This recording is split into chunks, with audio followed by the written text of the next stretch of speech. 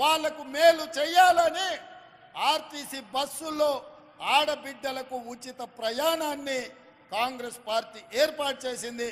మా మంత్రివర్యులు పొన్నం ప్రభాకర్ గారి నేతృత్వంలో ఈ 92 రోజుల్లో 25 కోట్ల మంది ఆడబిడ్డలు బస్సుల్లో ఉచిత ప్రయాణం చేసి, అది భద్రాచలం రాములవారి గుడి కావచ్చు, సమ్మక్క సారలమ్మ దైవ దర్శనం కావచ్చు, యాదగిరిగుట్ట లక్ష్మీ నరసింహస్వామి కావచ్చు, అలంపూర్లో జోగులాంబ దర్శనం కావచ్చు, అదే కాదు ఇంటి ఆయన అప్పుడో ఇప్పుడో కోపం చేస్తే చెప్పా పెట్టకుండా అమ్మగారి ఇంటికి వణిక కావచ్చు, ఈ ఆర్టీసీ బస్సులో మా అక్కలు మా చెల్లెళ్ళు ప్రయాణం చేశారు.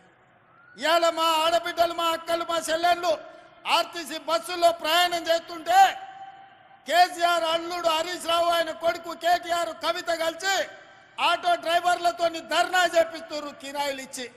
ఏమన్నాయంటే ఆడబిడ్డలకు ఆర్టీసీ బస్సులు బంద్ చేయండి అని.